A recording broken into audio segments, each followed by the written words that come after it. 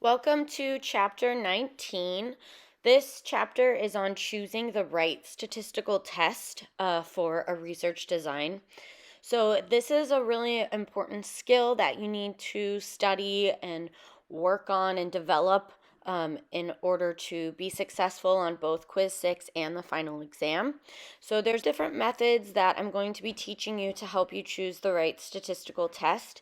One of the methods that we're going to be looking at in this lecture is a checklist, and this is one that I have made, and I use this when I am hired by companies to consult and then do some statistics. So in my own mind, I kind of run through this checklist to determine what statistical test I'll be doing on different types of data.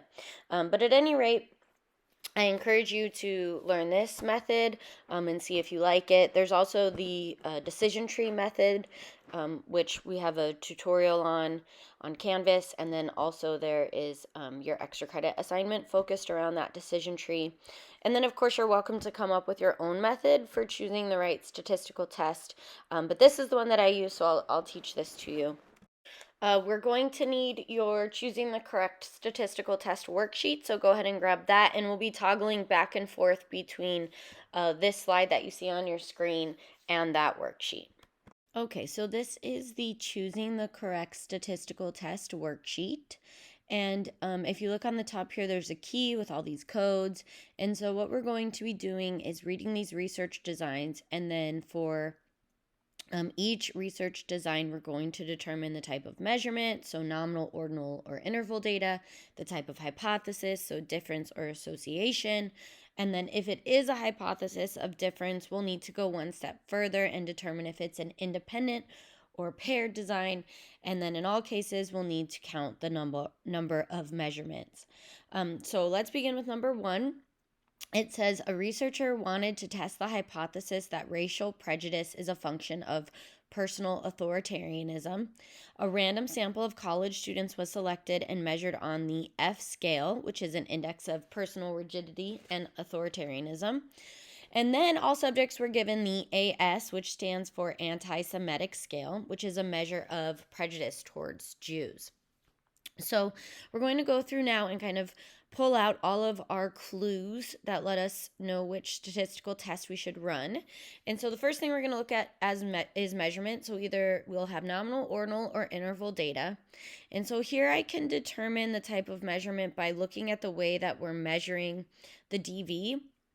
But in this case, I just see that there's two variables. It's not really clear which one is the DV and the IV, but at any rate, you have the F scale and the anti-Semitic scale.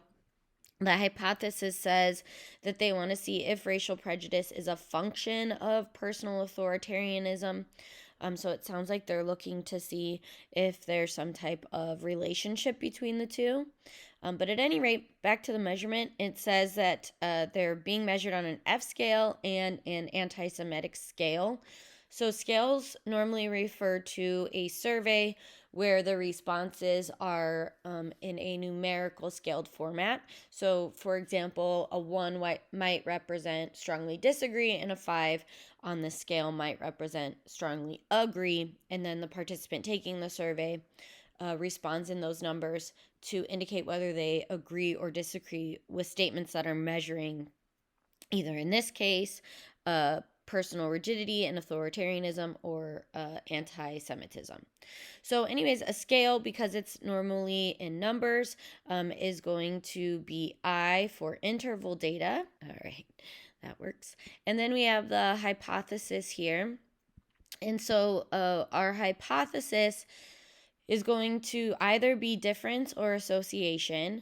And so since this research design does not talk about two or more groups or two or more conditions. In fact, all it mentions is one random sample being tested. So there are not multiple groups, which just leads me to believe that this is a hypothesis of association, because a hypothesis of difference literally looks for the difference between groups, but here we don't have groups. So we're just looking to see if two variables, which is what we have here, are two variables, racial prejudice and personal authoritarianism. We just want to know if those two variables are associated. And so here we have a hypothesis of association. And so since it is a hypothesis of association and not a hypothesis of difference, we're just going to put NA for not applicable on the difference line here. And then the number of measurements, whenever we have a hypothesis of association, the number of measurements is always going to be 2 because we're not measuring groups, we're measuring variables. And in this case, in all cases of hypothesis of association, we can only measure 2 variables. So whenever you have a hypothesis of association, your number of measurements is going to be 2. And again, in this case, those 2 variables are racial prejudice and personal authoritarianism. So now what I would do is look at the selections I've made here. So interval data, hypothesis of association, and 2 measurements. And I would refer to my slide with the choosing the right statistical test. And so number 1 on the checklist says what scale of measurement has been used. And over here, I have indicated that the level of measurement is I for interval data. And so I'm going to come back to my slide and see that for interval data, I can either use t-test, ANOVA, or Pearson R. So let me actually use this little scrap piece of paper here. And so since for interval data, I can use t-test, that's going to include the independent t and the paired t. You don't need to worry about one sample t. It's not going to be on the final exam or on quiz 6. So don't worry about that for choosing the right statistical test. But at any rate, I have t-tests, which are independent and paired, and then it also says for interval data that I can use an ANOVA.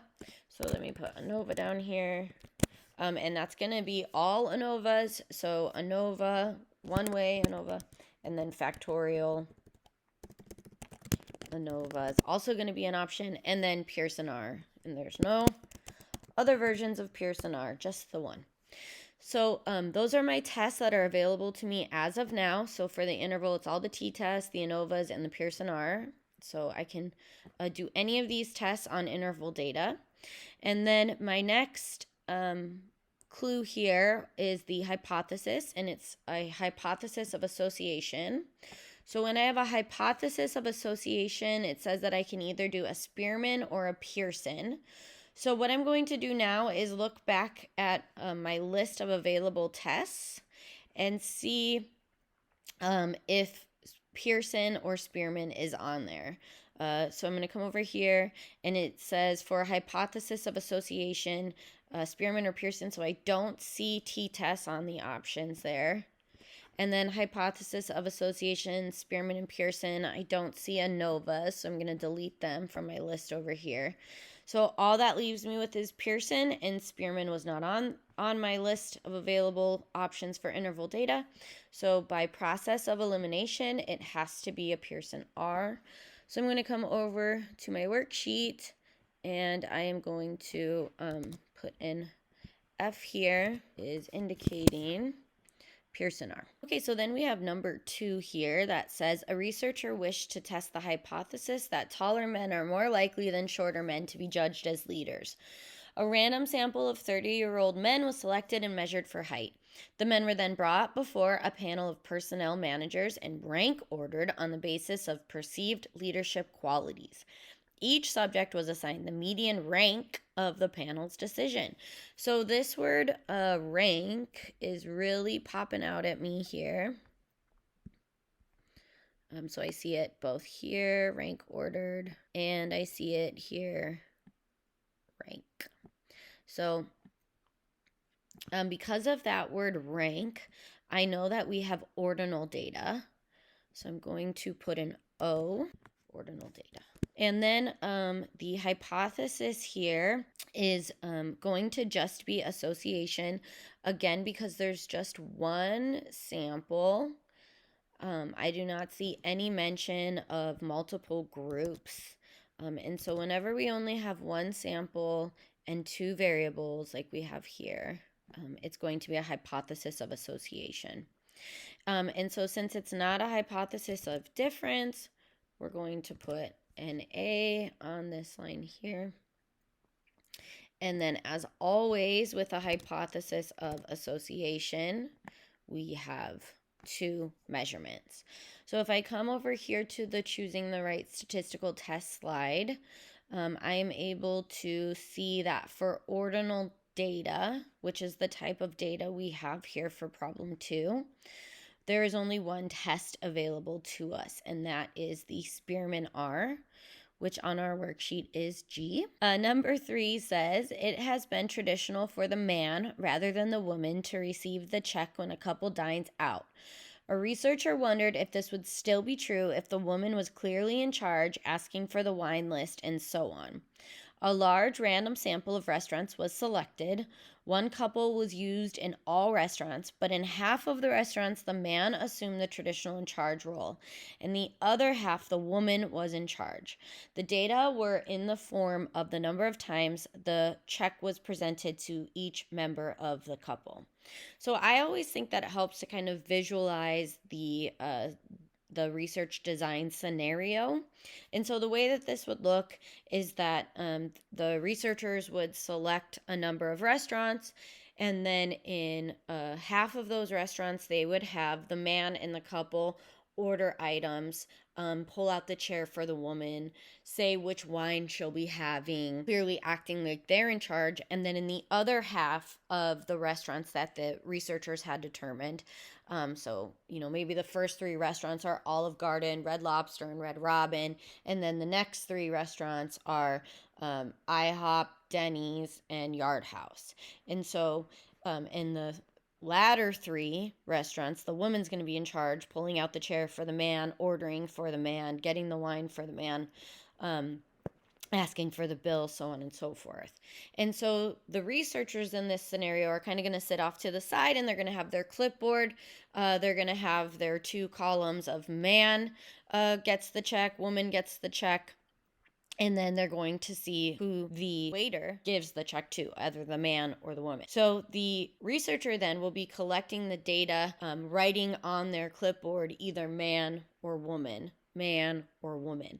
So in that scenario, the measurement is going to be nominal because the data is being collected in a categorical form or in the form of words, either man or woman. Of course, because we are doing statistics on our data and all of our data has to be run through formulas, we need that data to be in the form of numbers. So although data can be collected in the form of words like we have here, eventually all data will get turned into a number, whether that number is just an arbitrary code or an actual numerical value.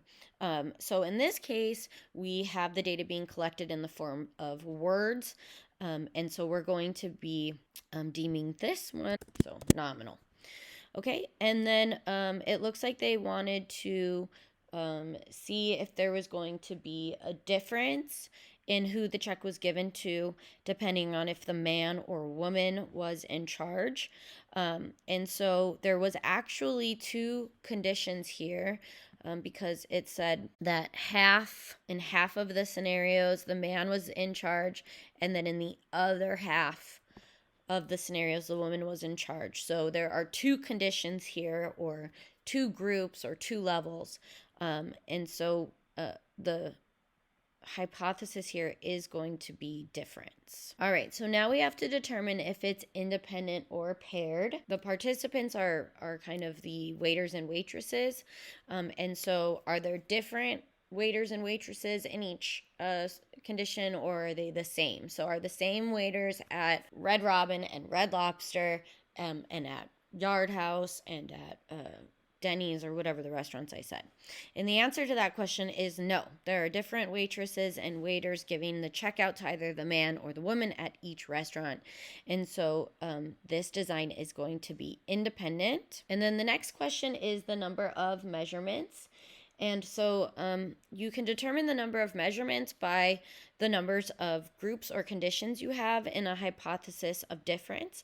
And so in this case, we have two conditions, the condition where the man was in charge and the condition where the woman was in charge. So we're doing two measurements. Then we're going to come over here to our choosing the right statistical test slide. And we're going to see for nominal data, it says that there's only one test available to us, which is the chi-square test. So since there's only one option for nominal data, we know that we are going to have to do a chi-square, which is H. Okay. And then number 4 says a fireman manufacturer hired a researcher to establish whether or not a new handgun increases accuracy. A group of law enforcement agents was randomly selected and brought to the firing range. First, all subjects used the same traditional service revolver, and their error scores in inches from the bullseye were determined. Then they all fired again using the new weapons, and their error scores were again determined. So one of the things that's really popping out to me right now is this word scores. Darn it. Scores lets me know that I have interval data, because scores are numbers and numbers are interval data. And then it looks like this is a hypothesis of difference. I have two conditions here. I have the condition where they use their traditional service revolver, and then I have a condition where they use a new weapon. Also, they're interested in the difference in accuracy between the revolver and the new weapon. So I know it's a hypothesis of difference. Again, because I have two conditions, one with the traditional service revolver and one with the new weapon.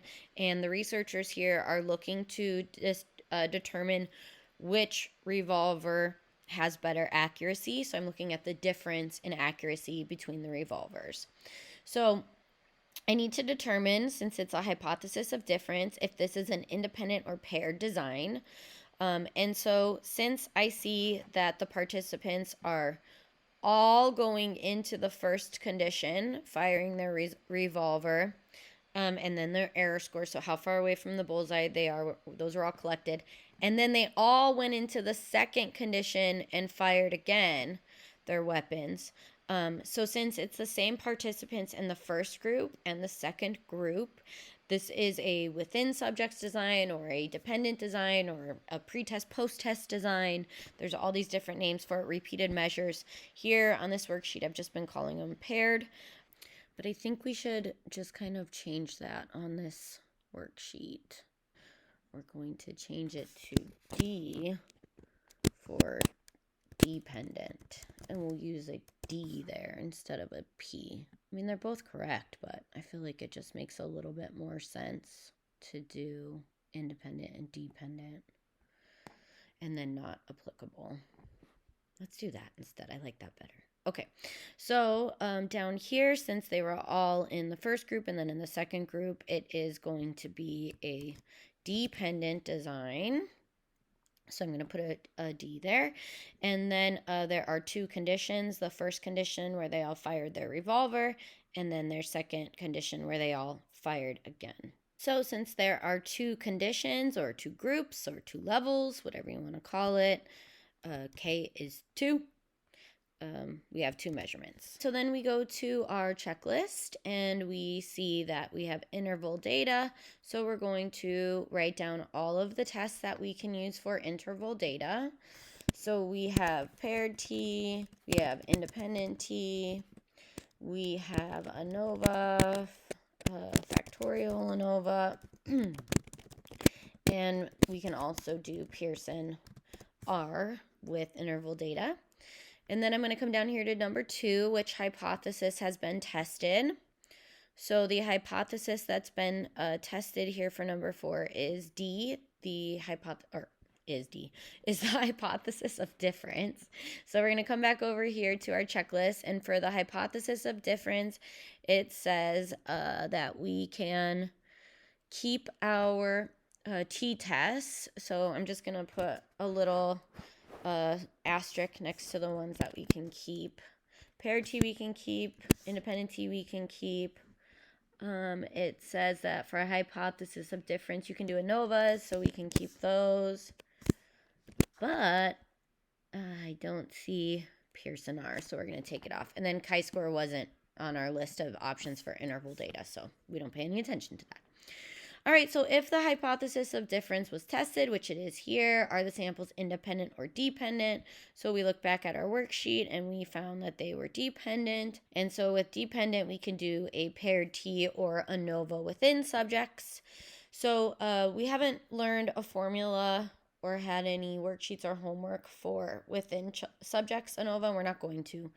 But just conceptually, you just need to know what it is. So in ANOVA, that's independent means that you have one IV with at least 3 levels of that IV.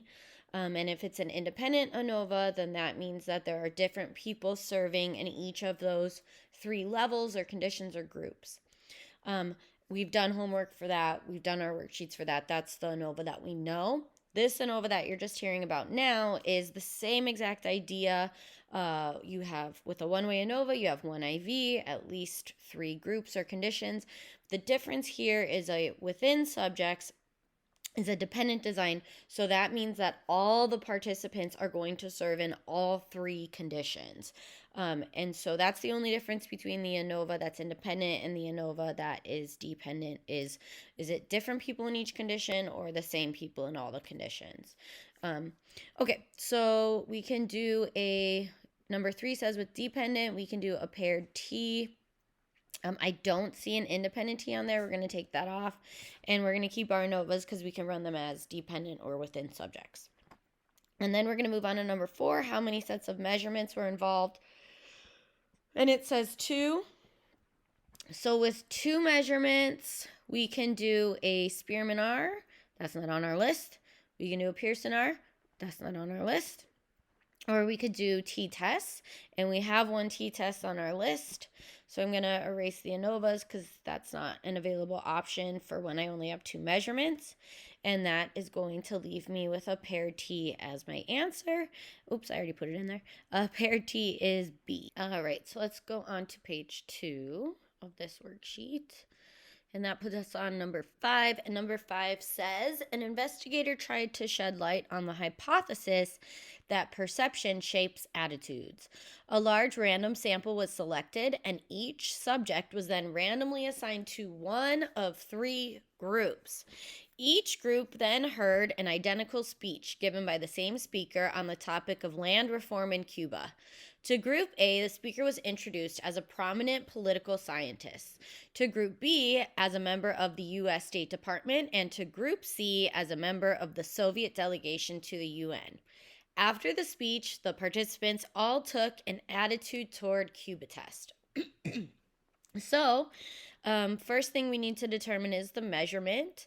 And so it looks like they are being given a test.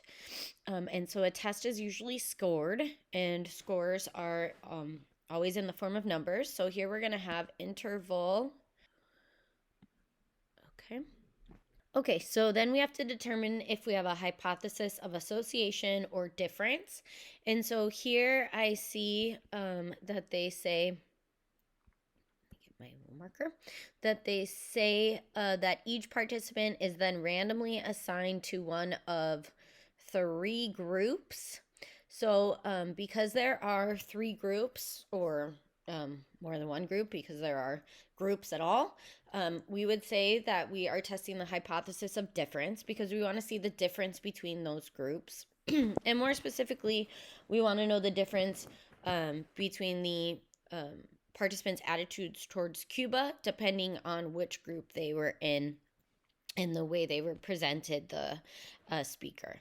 So since it's a hypothesis of difference, we need to go ahead and put a D here. And we also, since it's hypothesis of difference, will need to determine if it's independent or dependent. And so it does say that each subject was randomly assigned to one of 3 groups. So they weren't serving in all 3 groups. They only got to go into one of the 3 groups. So that lets me know that it is an independent design. If each participant had served in all three groups, then it would be dependent, but they only got to go to one, so it's independent. And then I look to the number of measurements by identifying the number of groups that I have. So I have 3 groups, so I'm going to have 3 measurements. And then I am going to come over here to my choosing the right statistical test slide, and I'm going to see what options are available to me since I have interval data. And there are a lot for interval data, so I'm going to need a little scratch paper over here. Okay, so I have paired t, independent t. For interval data, my t-tests, I can do my ANOVAs. I can do a Pearson R. Okay, so those are the options that I can do so far for interval. And then it says which hypothesis has been tested. And it was the hypothesis of difference. We put a D here for difference. So since it was the hypothesis of difference, that means we can do a t-test. So I'm going to put a little asterisk after my t-test because those are still available to me. It says I can do ANOVAs, so I'm going to put asterisks after my ANOVAs because those are still available to me. It says chi-square, but chi-square wasn't on my list of available options, and it does not say Pearson R anywhere for a hypothesis of difference, so I will have to get rid of that. Okay, so I'm down to my paired T's or my t-test and my ANOVAs. So the next question then is, if it's a hypothesis of difference, are the samples independent or dependent? So we had chosen independent since they only got to go to one of the 3 groups. And so for independent, I can do an independent T. So I'm going to put another asterisk after that. I can do an ANOVA, independent. Factorial ANOVA, yes. Chi-square is not on my list. And paired T is not an independent test. It was not on the list for independence. So I'm going to get rid of paired T. Okay, so then the next step on the slide is step 4. It says how many measurements are involved. And I have 3 measurements according to my worksheet. So here it says 3 or more measurements. I could do chi-square, but that's not on my list. I can do ANOVA, that's on my list. I can do factorial ANOVA, that's on my list, but independent T is not available for 3 or more measurements or 3 or more groups. It's only available for 2. So now we're going to move on to step 5. If choosing between ANOVA and factorial ANOVA, how many independent variables are there? And so if we're looking at our research design here, we would see that there is only one independent variable, and that you can really kind of determine that by looking at the hypothesis specifically. And I just see these 2 variables, perception and attitudes. And so one's going to be the IV and one's going to be the DV. So in that case, I have only one IV. So I am going to just do a regular one-way ANOVA. And so on my worksheet, a one-way ANOVA is letter C. Okay, on to number 6. Number 6 says, an investigator wished to test the hypothesis that reading speed is a function of how extensively a student reads. A random sample of high school seniors was selected in September, and the subjects were asked how many books they had read that summer. The subjects were then categorized in the following groups. Group 1, which didn't read any books. Group 2, which read 1 to 3 books. Group 3, which read 4 to 6 books. And Group 4, which read more than 6 books. So it says reading speed tests were then administered, and the scores were in the form of words per minute. So that word scores is really popping out at me here. And that lets me know that we're going to have interval data because scores are collected in the form of numbers, and numbers are interval data. And then I have to determine if it's a hypothesis of association or difference. And to do that, I'm going to look for groups or conditions or levels. And here I see all this talk of groups everywhere. So I know that it's a hypothesis of difference, which looks to test if there is a significant difference between groups or levels or conditions. Okay, and then since it is a hypothesis of difference, I have to determine if it's independent or dependent. So did all the participants serve in the no books read condition? Did all the participants serve in the 1 to 3 books read condition? And so on and so forth. No, they did not. That didn't really that wouldn't make any sense. Instead, they just asked how many people, they asked people how many books they read and then put them in a group based on that. So each group had different people in it. So this is a independent groups design. Each group is independent of the next. Your scores for group 2 don't depend on your scores for group 1, making it a dependent design because you're only in one group, so it's independent. And then the number of measures we have is going to be the number of groups we have, and it looks like we have 4 groups here. So I'm going to put a 4 on the number of measurements line. And then I'm going to come over here to my slide, and it says what scale of measurement has been used, interval. And so for that, we get to look at using a bunch of different options. Let's start over. So we have our t-test, independent t, paired t. We have ANOVAs. And we have Pearson R. So those are all our options since we have interval data. Which hypothesis has been tested? We determined that it's a hypothesis of difference. So hypothesis of difference says we can do t-tests. So we'll put little asterisks after our t-tests. And we can do ANOVAs, asterisks after that. And we can do chi-square, but chi-square is not on our list. And then we have Pearson R on our list, but that's not on the hypothesis of difference list. So no match there. So we're going to take that one off. And then we're going to move on to if it's the hypothesis of difference, is it independent or paired? And here we have independent. So for independent designs, we can use an independent T, double asterisks. We can do an ANOVA, so double asterisks. We could do a factorial ANOVA. Chi-square is not on our list, so no match there. And paired T is not on the list for independent, so I'm going to take that off. No match. Okay. So then number 4 says how many sets of measurements are involved. We have 4.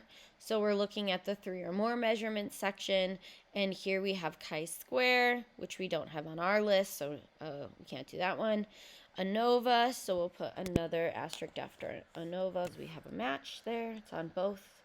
And same with factorial ANOVA. It's on our scrap piece of paper here and our slide. But independent T is not under 3 or more measurements, so that one's got to go. No match there. Okay, so number 5, if choosing between ANOVA and factorial ANOVA, which is what we're doing here, how many IVs are there? And so for that, we're going to refer back to our worksheet, and we see the hypothesis here is that reading speed is a function of how extensively a student reads. So reading speed is going to be one of our variables, and the extent to which a student reads is going to be our other variable. So one of these is the DV and one of these is the IV. So reading speed is a function of how extensively a student reads. And what's being measured here is reading speed, or words per minute. So the DV is the reading speed, and the IV is how extensively the student reads. And so we only have one IV. Since we only have one IV, we're going to do another ANOVA. So again, the answer is C. So I'm going to put it there on the line for 6. Okay, and then number 7, minimize this. Says a researcher wanted to find out whether or not IQ is a function of family size. The speculation was that among families with fewer children, each child receives more parental attention and intellectual stimulation and should therefore have a higher IQ than would a child reared in a larger family. A large random sample of 2-child families was selected, as well as a similar sample of 6-child families. The IQs of all the children were measured, and the 2 sample groups were compared. Compared for what? To see if they were different, right? Okay, so for number 7, we have to determine what measurement we are having here, interval, ordinal, or nominal. And it looks like they are measuring the DV by IQ, and IQ is measured in with numbers, and numbers are interval data. And then the hypothesis is either difference or association. Here we see that there are 2 groups, and again, being compared to see the difference between them. So I know this is a hypothesis of difference. And then for a hypothesis of difference, we have to determine if it's independent or dependent. And so here our 2 groups consist of families that have 2 children and families that have 6 children. So a participant could not possibly serve in both of these groups, because you can't be a person who comes from a family with 2 children and a person who comes from a family with 6 children. And so we have a independent groups design here. And then the number of measurements, it says we have 2 groups, so our number of measurements is going to be 2. And then I'm going to come over here to my slide, and it says which scale of measurement has been used, interval. So I'm going to write down all the options for interval, which is independent T, paired T. It says ANOVA, so that includes factorial ANOVA and Pearson R. Okay, so we did step 1, and we got all of the available statistical tests for interval data written down on our little scratch pad over here. And now we're going to see which hypothesis was tested, and it says the hypothesis of difference. So for the hypothesis of difference, we can do t-test. We can do ANOVA. So I'm going to put asterisks after those. And chi-square is on the slide, but not on our scratch pad, so we can't use that. And Pearson R is on our scratch pad, but not on our slide, so we don't have a match. We're going to take that off. And then we're going to look at step 3 on our slide, which is if the hypothesis of difference has been tested, are the samples independent or dependent? And we put independent, so we are going to look at the independent line here. And so for independent, it says we can do an independent T, ANOVAs, factorial ANOVAs, and chi-square, but chi-square is not on my scratch pad, so I'm going to ignore that. And paired T is not on my slide for independent, so no match there. I'm going to take that off. Okay, and then I'm going to move on to step 4, which says how many sets of measurements are involved, and we have 2 for problem 7. So for 2 measurements, it says we can do Spearman. Let's see if that's on our list. It is not, so we cannot. Pearson, that's not on our list. We can't do that. And t-tests, okay, so no ANOVA. I'm not seeing ANOVAs. We're going to take that off. So we do have 1 t-test, independent T, and so that's going to be our answer for 7. Independent T on the key is A. Okay.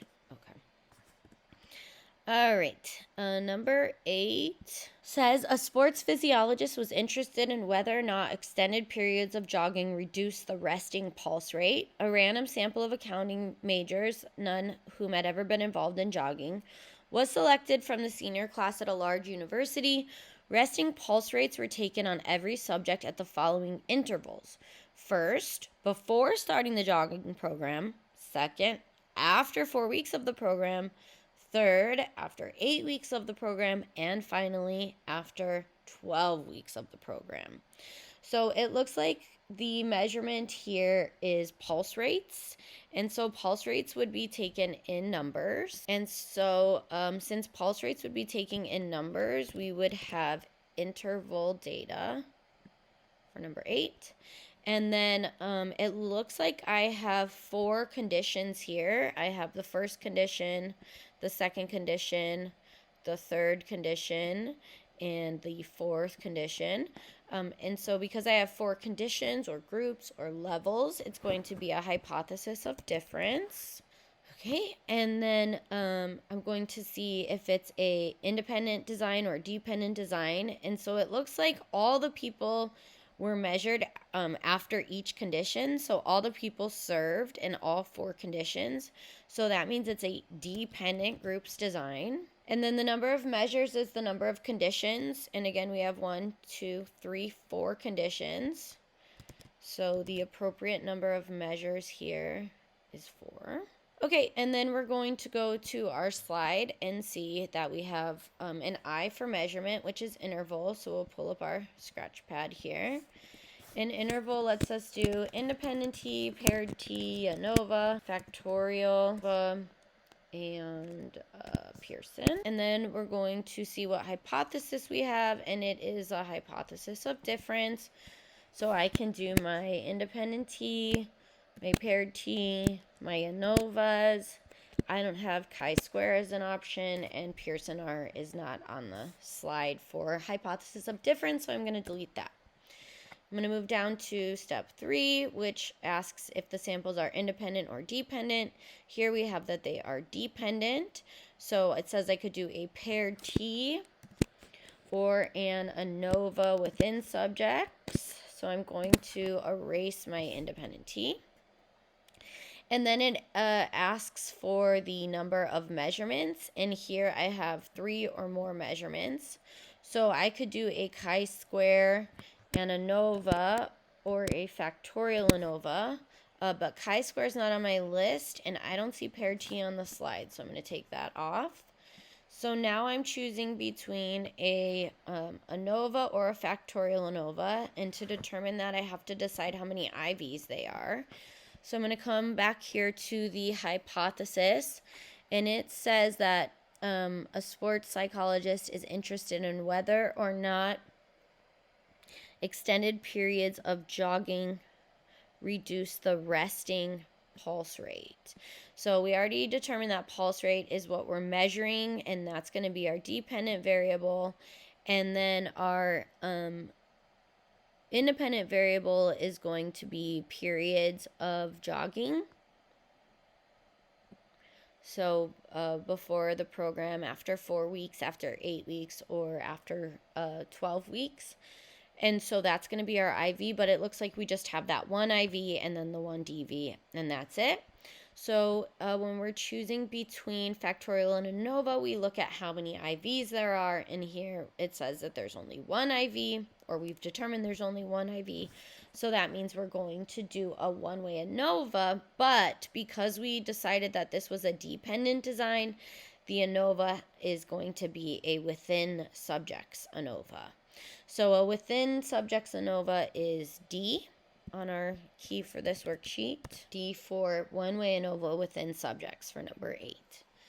And then number 9 says a researcher suggests that both meaningfulness and length of presentation affect word retention as scored on a standardized test for groups of 5th grade students were randomly selected and then assigned to different treatment conditions. Group A was given low meaningful words and a 2-second presentation time. Group B was given a list of high meaningful words and also a 2-second presentation time. Group C was given low meaningful words and a 5-second presentation time, whereas Group D received a high meaningful list and a 5-second presentation time. And then the results of their retention scores were analyzed. So scores is popping out at me, and scores is a good indication that I have interval data. And then I see all these groups, Group A, Group B, Group C, Group D, there it is. And so since I have all these groups, I know I have a hypothesis of difference. So I am going to put a D on the hypothesis line.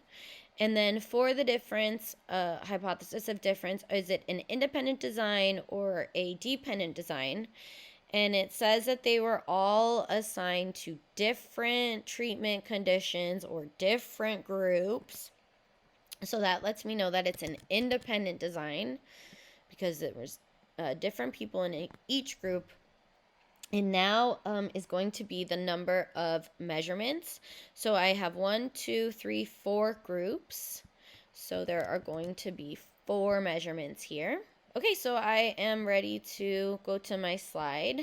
And I do have interval data. So I'm going to write down all the options for interval data, which is independent t, paired t, ANOVA, factorial, ANOVA, and Pearson R. Then I'm going to move down to step 2 on the checklist, and we had a hypothesis of difference here. So that lets me do my t-tests, which include independent t, paired t. That lets me do my ANOVAs. And this slide says chi-square, which is not on my list, so I'll ignore that. And Pearson R is on my list, but not on my slide, so I'm going to delete that. And then I'm going to move down to number 3, which is independent or dependent design, and we determined it's independent. So I could do an independent t, I can do an ANOVA independent, a factorial ANOVA. It says I can do chi-square, but that's not on my list. And I have paired t on my list, but that's not on the slide as an option for an independent test, so I'm going to get rid of that. Come down here to number 4. How many sets of measurements were involved? We had 4 measurements. So it says I can do chi-square. Again, that's not on my list. ANOVA is on my list, or factorial ANOVA. And independent t is not on the slide for 3 or more measurements, so that one's out. And so that takes us down to number 5. If choosing between ANOVA and factorial ANOVA, how many IVs are there? And for that, we're going to come back to our worksheet and see what the hypothesis is. And it's that the researcher suspects that both meaningfulness and length of presentation affect word retention. And again, we are measuring retention, so we know word retention is our DV. And then here we have 2 IVs. We have meaningfulness of the word and length of presentation. So we have 2 IVs here. So since we have 2 IVs, it's going to be a factorial ANOVA. And on this worksheet, a factorial ANOVA is letter E. Okay, and that's the choosing the right test worksheet. All right, so when it comes to evaluating statistical results, we have to remember that we can never use the word prove. And we can't use the word prove because of the same reasons that we've talked about all semester long. We are speaking in terms of probability rather than certainty because we can't test an entire population, and people have individual and situational differences that we cannot account for. And so because of those reasons, we cannot use the word prove. Instead, we just say that we have a significant outcome between groups if we get a statistically significant test result. And that's it for chapter 14. Thanks for listening.